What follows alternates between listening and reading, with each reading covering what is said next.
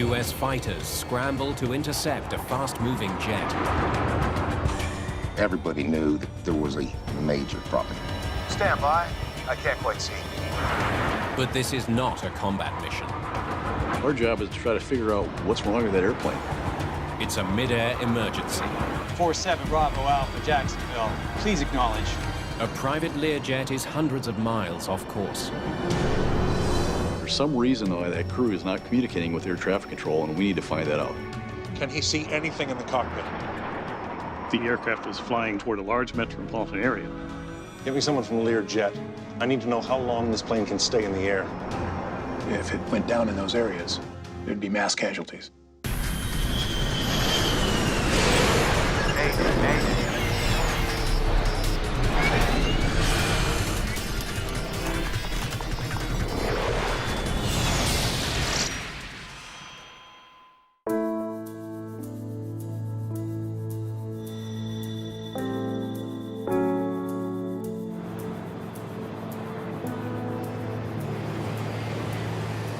It's 8:30 a.m. at Orlando International Airport. Tablet? On. Radios. The pilots of a private Learjet run through their pre-flight checks. Are set. They're preparing for some high-profile passengers. And we're ready for taxi. Just in time. Here's the man himself. Good morning. Pro golfer Payne Stewart is on his way to Dallas with some close business associates. Sure, the target area is wide, but you miss, the bunker's gonna eat you alive. Payne Stewart is one of the most colorful characters in the game of golf. At 42, Stewart is in the middle of a comeback year. He's just won the US Open, one of the most important dates on the tour. But he's almost as famous for his trademark wardrobe as he is for his golfing. Payne Stewart was loud, he was outgoing, he was engaging. His dad always wore really colorful blazers. He always told Payne, you want to stand out. So Payne said, I'm going to wear knickers, +4s, and a flat cap. So even people who didn't follow golf knew who he was by how he dressed. Let me show you my idea for that bunker. Payne Stewart hopes his future in golf will go beyond playing the game. He has big plans for building a new course at the Dallas University where he honed his skills as an amateur. There were 3 other people with him in the plane in addition to the pilots. He had Van Arden, who was his agent, along with Robert Fraley, also his agent, and Bruce Borland, who was a member of the Jack Nicklaus Design Group. This hole is gonna be tough. It's over 500 yards. Stewart flies regularly on the Learjet, a plane that takes its name from the man who designed it. Bill Lear was working on a fighter jet design for the Swiss, and when they decided not to build that airplane, he took that design, brought it back to the U.S., and built the Learjet. 47 Bravo Alpha, you are cleared for takeoff. You ready? Okay, here we go, and takeoff thrust. Captain Michael Kling is well qualified to fly this high-performance machine. He's a former Air Force pilot and flight instructor. A lot of pilots came out of the Air Force and started flying Learjets because it reminded them and gave them that performance that they were used to. It was like the Ferrari or the Porsche business jets. P1? First Officer Stephanie Bolagarig has less than 100 hours in the Lear. She's keen to log more flight time. Rotate. At 9:19 a.m., the Learjet lifts off. Good morning, Jacksonville. This is Learjet 47 Bravo Alpha, climbing to flight level 260. The crew contacts Jacksonville Air Traffic Control. Good morning, 47 Bravo Alpha. Climb and maintain flight level 390. Wesley Cooch was one of the controllers on duty that day. The crew of the Learjet was extremely professional, cheerful, nothing out of the ordinary at all. A typical, hello, how are you, verify your altitude, course, etc. Learjet 47 Bravo Alpha, roger that, Jacksonville. Climb and maintain flight level 390. The controller clears the jet to keep climbing all the way to 39,000 feet. The Learjet generally flies higher than the commercial airliners. By flying at high altitudes where the air is thin, the Lear saves on fuel. Well, you get a better economy. So you're getting from point A to point B, and costing you less. The flight plan calls for the airplane to fly northwest towards Cross City, Florida, then turn west and fly direct to Dallas. 14 minutes after takeoff, the Learjet has traveled 80 miles. It's time to pass control of the plane to a new air traffic controller. Air traffic control is a series of what we call handoffs. And that means that it's time for him to cross to somebody else's sector. 47 Bravo Alpha, contact Jack Center at 135.65. The pilots need to change to a different radio frequency to talk to the next controller. 47 Bravo Alpha, please acknowledge. There's no answer. There's nothing really unusual about missing a frequency change. It's early, just after takeoff. I assume they're trying to get everything buttoned up and taken care of. It really wasn't that alarming. 47 Bravo Alpha, contact Jack Center on 135.65. In the back of your mind, all controllers know I didn't get an acknowledgement for that frequency change. So you give her a moment, you go on about your business, then you come back to the aircraft. You try it again. 47 Bravo Alpha, this is Jack Center. What's up? It's that Learjet. It's not answering. Maybe he's off frequency. There's a plethora of reasons where an aircraft can miss a call. Let's see if it levels off when it's supposed to. The Learjet has nearly reached its approved cruising altitude of 39,000 feet. They're still climbing. Let me see their flight plan.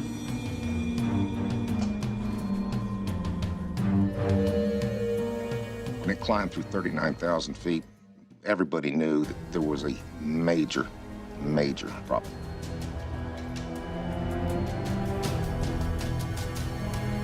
We've got a turn coming across city. Let's hope they make that turn. I'm gonna try again on the other frequency. 47 Bravo Alpha, Jacksonville, please acknowledge. At the same time, pilots of other planes in the area also try to contact the Learjet. 47 Bravo Alpha, come in. It's kind of a band of brothers thing among pilots that if something is beginning to go wrong, perhaps you can step in safely and remedy a situation. If the Lear's radios were failing but not failed, then perhaps a relay could be set up to communicate with the aircraft from the ground. Any pilot, do you have contact with the Learjet? Negative. Nothing from the Learjet. It's been 20 minutes since Payne Stewart's plane left Orlando. Controllers watch nervously as it approaches Cross City. It's a critical moment. They know that any second now, the Learjet is supposed to turn west towards Dallas. The tension level was so high, you could hear a pin drop.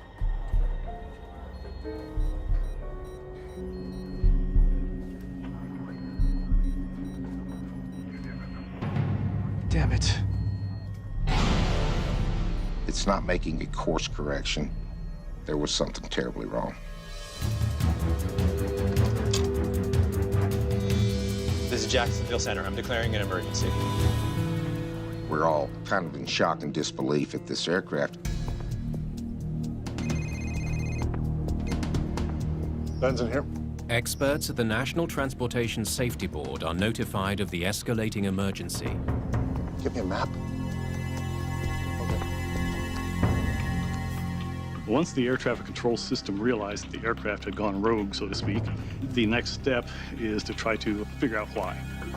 It's either being hijacked or it's malfunctioned, the crew has been incapacitated somehow. This is where they are now.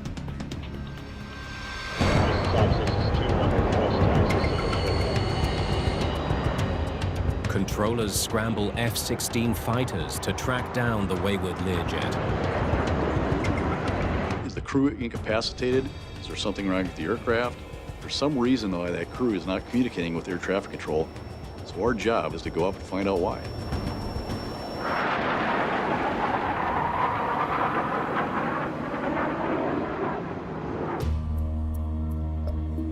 The situation is growing more urgent.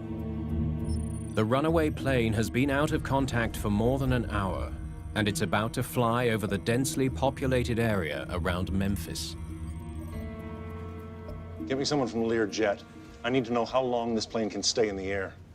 The aircraft was flying toward a large metropolitan area. The question became, well, if it went out of control or ran out of gas over Memphis, what would happen?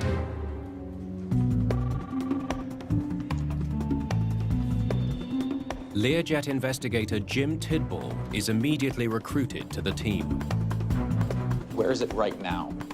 His first task is to determine how far the plane can get with the amount of fuel on board. I need performance data on the 35 ASAP. When the airplane didn't make its turn, it continued on towards Memphis. And after Memphis, it was headed towards St. Louis. And after St. Louis, again towards Minneapolis. Those were all major metropolitan areas. If it went down in those areas, there'd be mass casualties. A small private jet on a routine flight has turned into a national emergency. We have a developing story, as you may have heard. There is a civilian Learjet. News of a rogue Learjet flying hundreds of miles off course has captivated the nation.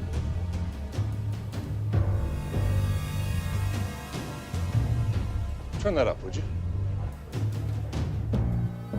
The Air Force is simply saying NTSB investigators keep a close eye on the media coverage. they attempted to find out what's We began assembling our launch team and monitoring the situation on television like a lot of folks in the United States. It did take a full load of fuel on when it... So it became a kind of a weird situation for us.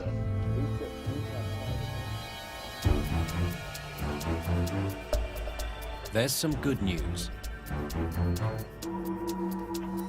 The plane has cleared Memphis airspace. At least it didn't hit the city. But the crisis is far from over. Controllers still have no idea why the plane is not responding. And there are more urban centers in the Learjet's path.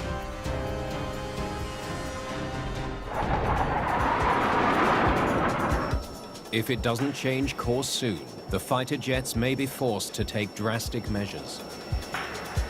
If the decision came out that they were to take the airplane out instead of allowing it to go towards a metropolitan area, that decision would have to come from the White House. The FAA began tracking an aircraft in distress. The president was made aware of this situation this morning in a meeting with his economic advisors.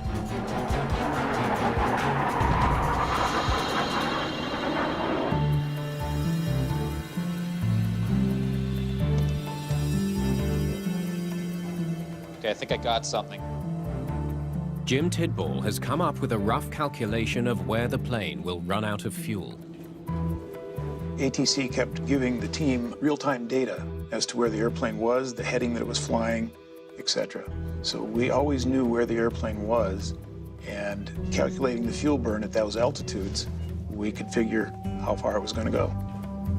My best guess is South Dakota, possibly North Dakota. I can't say more than that.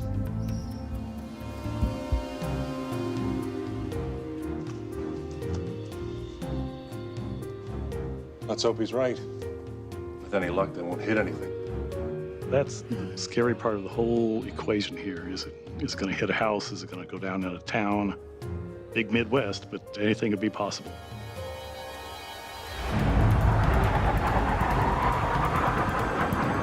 In the air, the F-16 pilots have caught up with the rogue plane. Sam, I can't quite see. Once we made the intercept, our job is to figure out what's going on with the airplane. We'll visually look at the airplane. No damage. There was no panels missing. There was no gas leaking, for instance. There was no any other fluids leaking. There was no obvious exterior damage. The fighter pilots are desperate for some way to communicate with the Learjet's crew, so they attempt a risky aerial maneuver. I'm going to try and wake them up. Maybe, by flying through their jet wash or their the turbulence is caused by the lead fighter in this case, they would get some reaction out of them.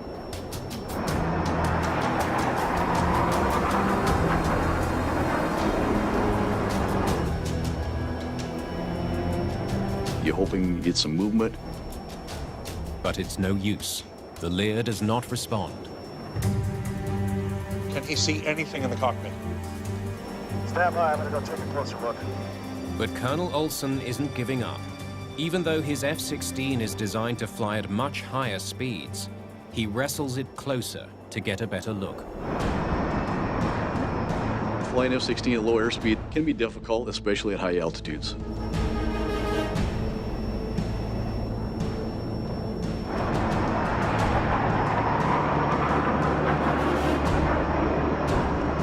It's very strange sitting next to him, wondering what's going on inside the aircraft. The windows of the aircraft provide an ominous clue. No movement and windows covered in frost. When the report came back that the windshield seemed to be iced over on the inside and that the cabin windows were all dark, that gave us pause for concern. If the people are conscious, they'd be trying to scrape away that condensation so they could see. So if you see no attempt to get rid of that condensation, your mind goes, what's the condition of the crew and the passengers that are on board of the aircraft? The grim reality of the situation sets in. The frosted over windscreen and a darkened cockpit and cabin indicated that the crew was probably no longer with us. The Lear jet is now a ghost plane. Can we narrow down the crash site anymore? With no hope for the passengers and crew, the only focus now is on where the plane will come down. As NTSB investigators, we're very interested in where the aircraft would crash, obviously, because we had to get there as soon as we could. But all they can do is wait and watch. To hear the news of Payne likely being on that plane was very shocking.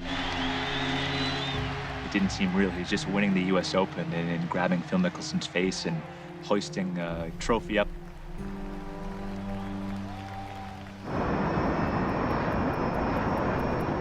After nearly 4 hours in the air, the Lear jet is approaching Aberdeen, South Dakota.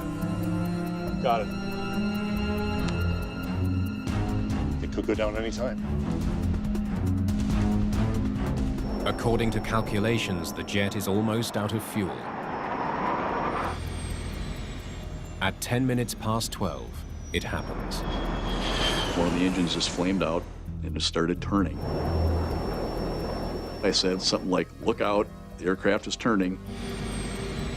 We don't know where this aircraft is going to go, but it's starting to move. The Lear jet carrying Payne Stewart and 5 other people is falling from the sky. They're going down, they're going down.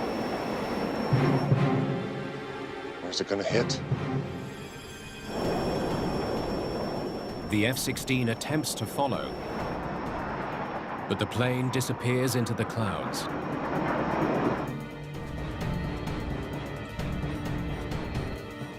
It drops below the radar.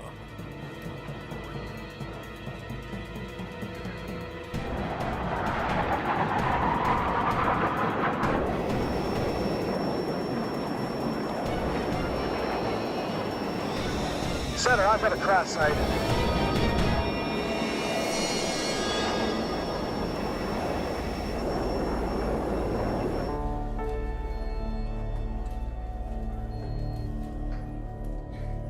We all felt like we were pretty much just kicked in the guts, couldn't do anything. So it was a pretty bad day.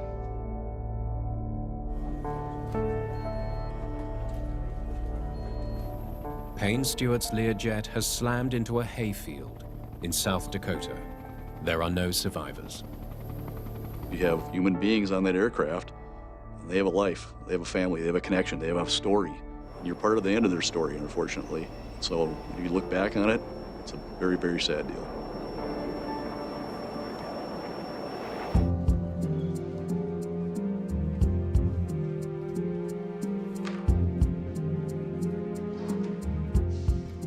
it's over. I think there was a sense of relief when the airplane actually did go down in a rural area that it did not impact a major metropolitan area. This is where the plane went down after its 1,500-mile, 4-hour flight halfway across the nation. On board, golfer Payne Stewart, 2-time U.S. Open champ. The guys get to know each other really well. It is a tight-knit community with the media, with the players, with the families.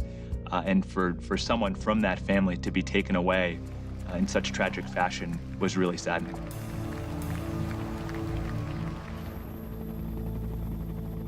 In Brown County, South Dakota, the crash has shaken local residents.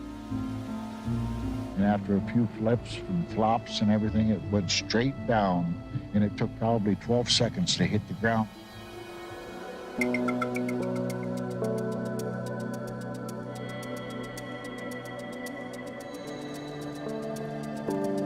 For crash investigators, the first step is to survey the impact area and lay out a search grid. Nice and slow. We don't want to miss a thing. The grid type search was the way to proceed, so we knew where we had been, what we had covered, and then we could move on to the next grid section. To us, it was very important, so we knew where we could walk, where we couldn't walk. The 500-mile-an-hour impact hasn't just smashed the wreckage. It's driven most of it into the ground. The aircraft at the accident site was completely destroyed in pieces, and there were a lot of very small pieces. My first impression was we're going to have a little trouble gathering evidence here.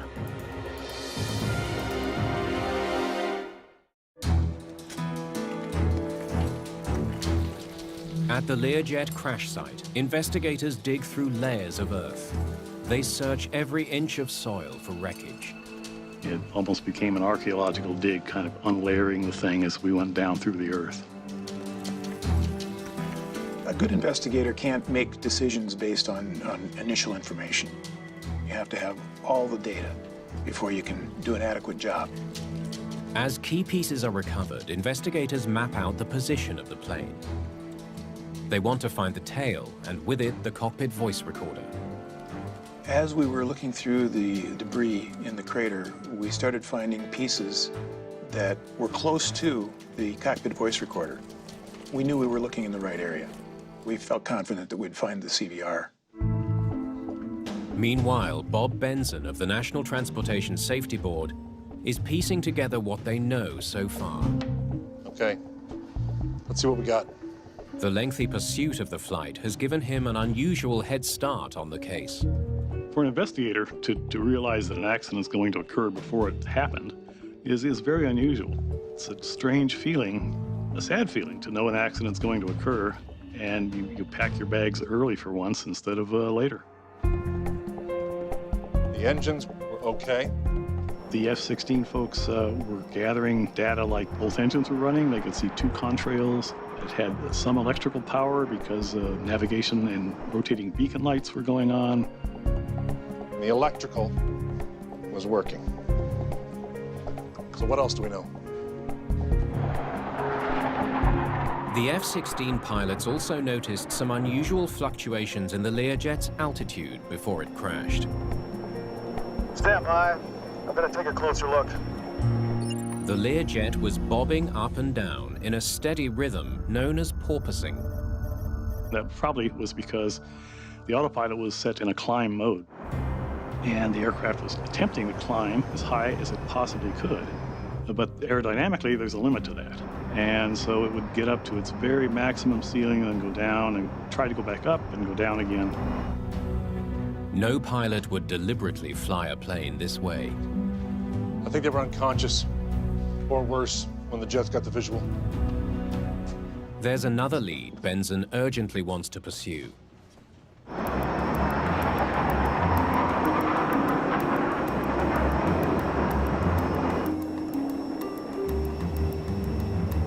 No movement, and the window's covered in frost. The F-16 folks told us that there was a large area of frost, in fact covering 90% more of the front windscreens of the aircraft. on the inside. Now, that obviously indicates that at some point things got very, very cold inside. So it wasn't an answer to all our questions, but it led us quickly to think that there may have been a pressurization problem on board.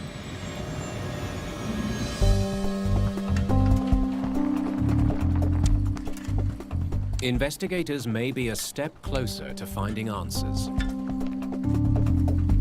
They've recovered the cockpit voice recorder. Good work. The only recording device on board. The CVR was pretty smashed when we recovered it, and there was concern that we'd get nothing off of it.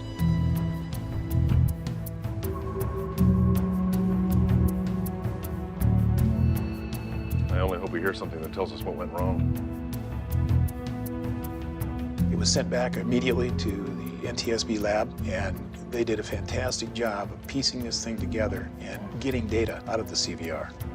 Okay, let's hear it. The recording captures sounds during the last 30 minutes of flight. As they listen, investigators make a disturbing discovery. No one on board is talking at all. It was eerie because the airplane is flying, and there is no voice whatsoever.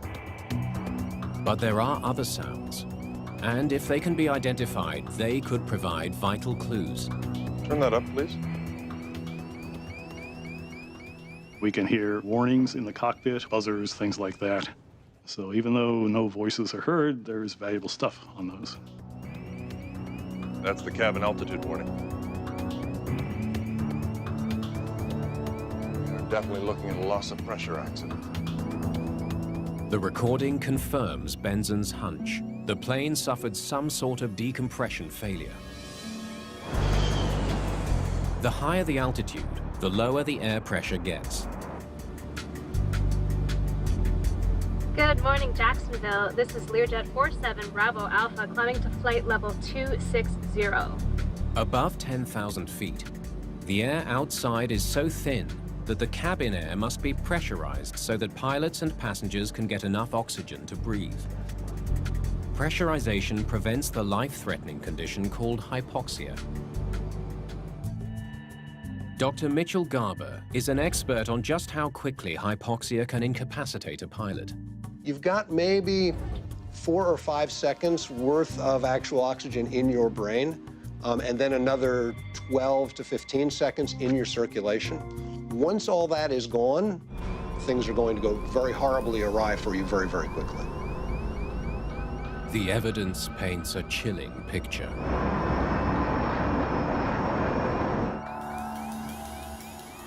The cabin altitude warning horn was blaring for the entire 30 minutes, minus a few seconds at the end. The mystery now is, why did Payne Stewart's Learjet lose vital cabin pressure? And why didn't the emergency alarm prevent the catastrophe?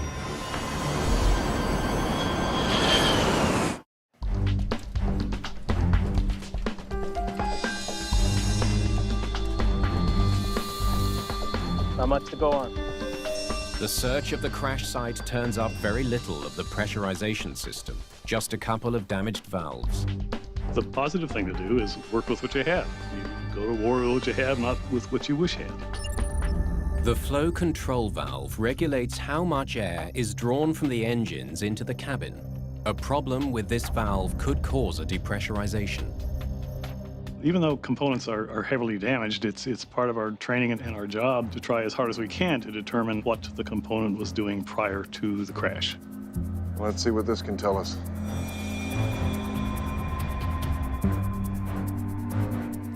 Benson examines the valve under a high-powered microscope.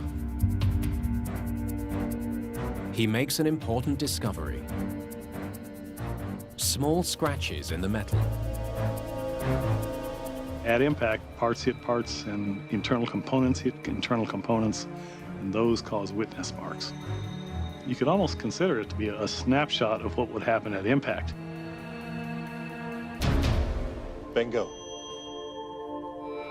The witness marks indicated quite definitely that the valve was closed during the horrendous impact of the aircraft and the ground. With the flow control valve closed, there would have been no airflow to maintain cabin pressure. We've got a cabin altitude warning. The discovery that the flow control valve was closed was a big deal for us. Now we were getting close to why the accident occurred.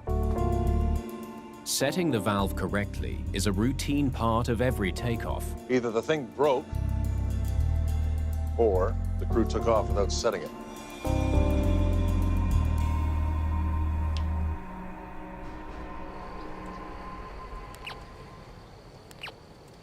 Let's see what these turn up.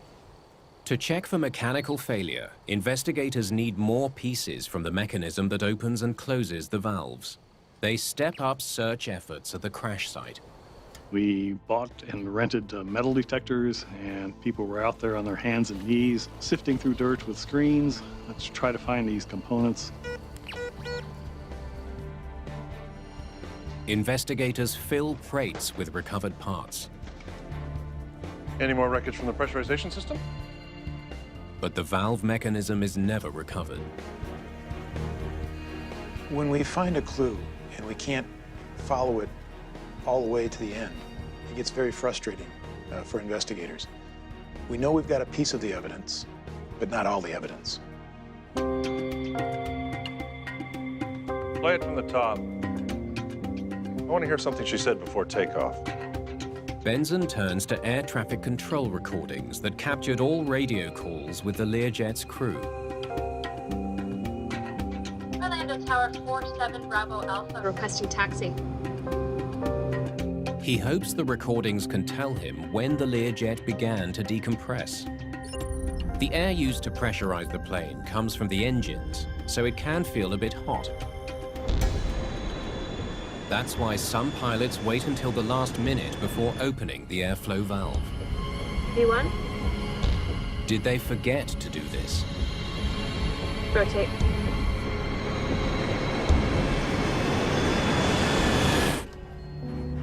Good morning, 47 Bravo Alpha. Climb and maintain flight level 390.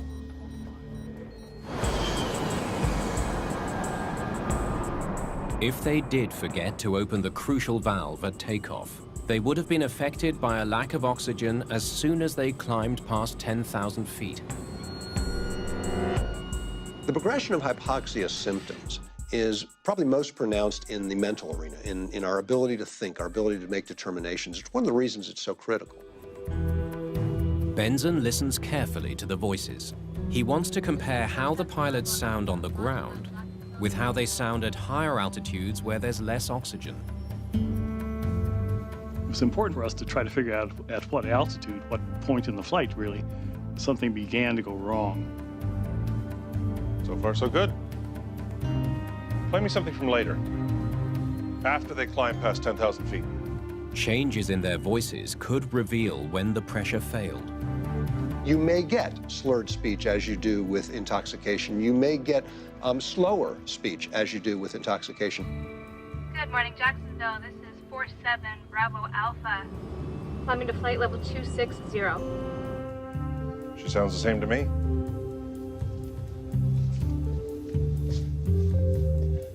So everything's fine up to that last radio call. Transmissions from the first officer were clear, so we knew at that altitude things were going fine. Radios are set.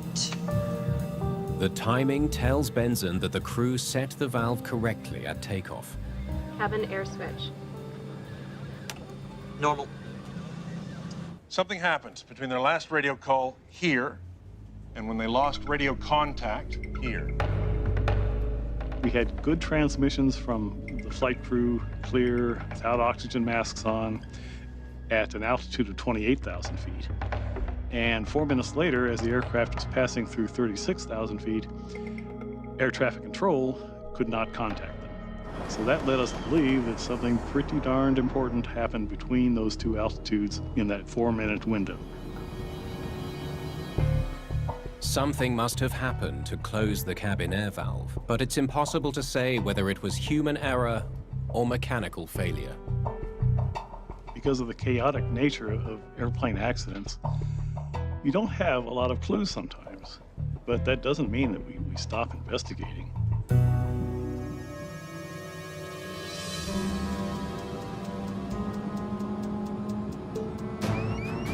Cabin altitude warning. There's another baffling mystery. The Learjet is equipped with emergency oxygen masks. Masks on. Masks on. No matter what caused the loss of pressure, the oxygen masks should have given the crew enough air to breathe until they could land the plane. If a crew happened to get an altitude warning, gosh, the first thing any flight crew should do would be to don an oxygen mask. Can't breathe. Can you breathe?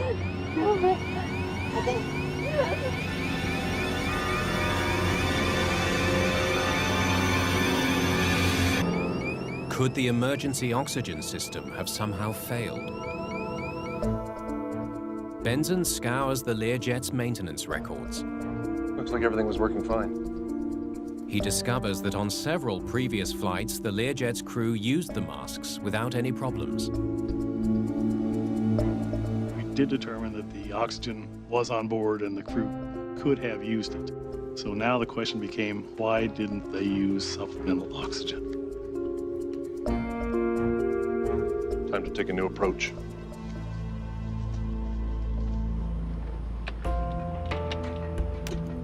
Set us to climb, please. Investigators need to learn more about what happened on board the Learjet after the crew's last radio call.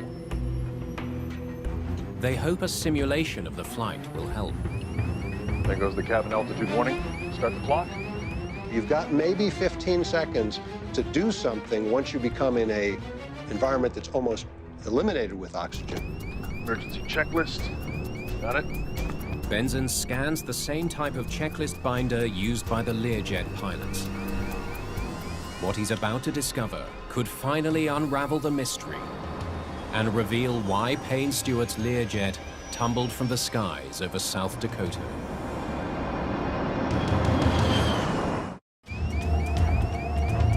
I think all of us sort of had in our heads the checklist will have, once you hear the altitude warning horn or any other indication of a decompression event, that you're going to put your oxygen mask on as the first and immediate action item.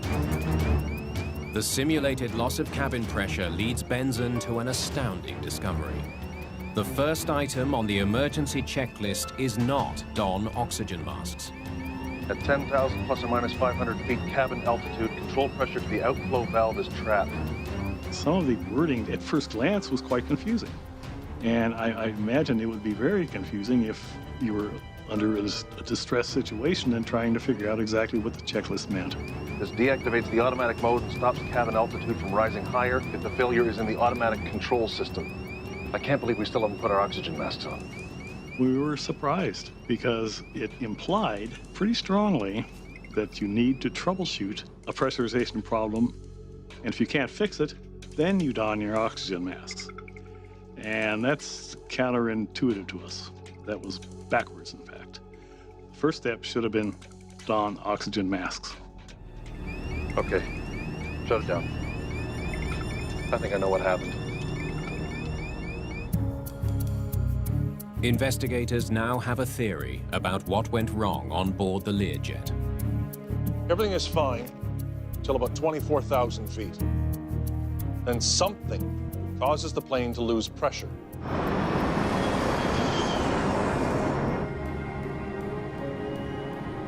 We've got a cabin altitude warning. Emergency checklist. They reach for their checklist and start to troubleshoot. What does the checklist say? At 10,000 plus or minus 500 feet, cabin altitude, control pressure to the outflow valve is trapped. They picked up a checklist, read it, were confused by it, and the oxygen masks were sitting there unused. Could it be the bleed air? This deactivates the automatic mode and stops cabin altitude from rising higher if the failure is in the automatic control system. What please? Hypoxia sets in with devastating speed. After 15 seconds, the crew would be confused and disoriented. Read that again? Okay, A lot of it depends on how rapid the onset of hypoxia is, and a lot of it depends on the individual. But things that we tend to see fairly commonly, and probably the most important one, is the difficulty in thinking. At 10,000, control pressures. Thought patterns becoming more confused and less deliberate.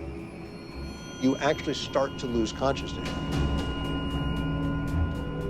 And if you don't get oxygen delivered back to you, eventually you're going to die from oxygen starvation. But before they can solve the problem, the crew loses consciousness.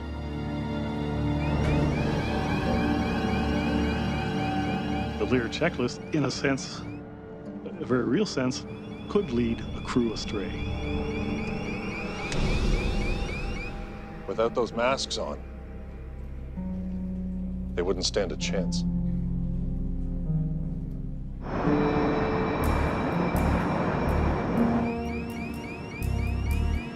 Instead of a loud warning horn, maybe a statement from the airplane that says, "Put on your oxygen mask," would be more effective, rather than having people who are having to try and figure out what the sound is, having to deal with the sound itself, and then having to try and figure out what they're supposed to do about it.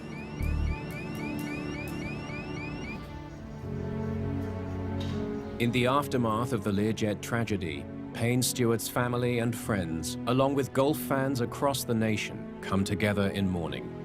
I am profoundly sorry for the loss of Payne Stewart, who has had such a remarkable career and impact on his sport. I knew Payne as a carefree guy who was nice to everybody and was very open-hearted. Payne wouldn't have wanted a lot of mourning over his death, however it happened. He was an upbeat guy. He was a happy guy who just loved living life, being with his family, having a good time. And he wouldn't want people mourning. He wanted people celebrating his life and being there for his family.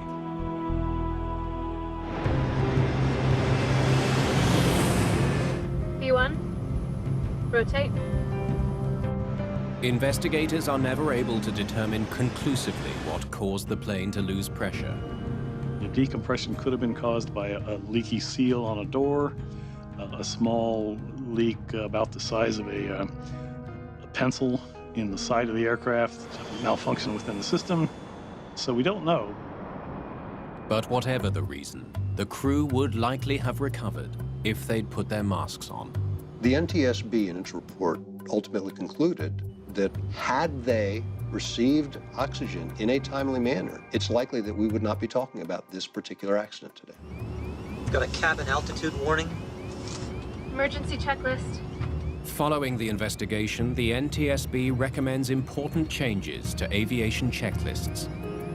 We asked very strongly that that checklist that we suspected got the crew in trouble, the checklist be changed to make it clearer and more useful in an emergency. The FAA is quick to respond.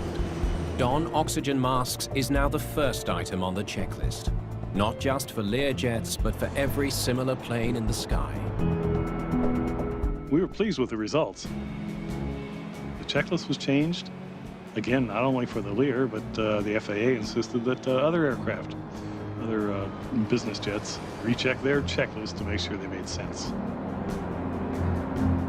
I think the most important takeaway for me is to understand your emergency checklist.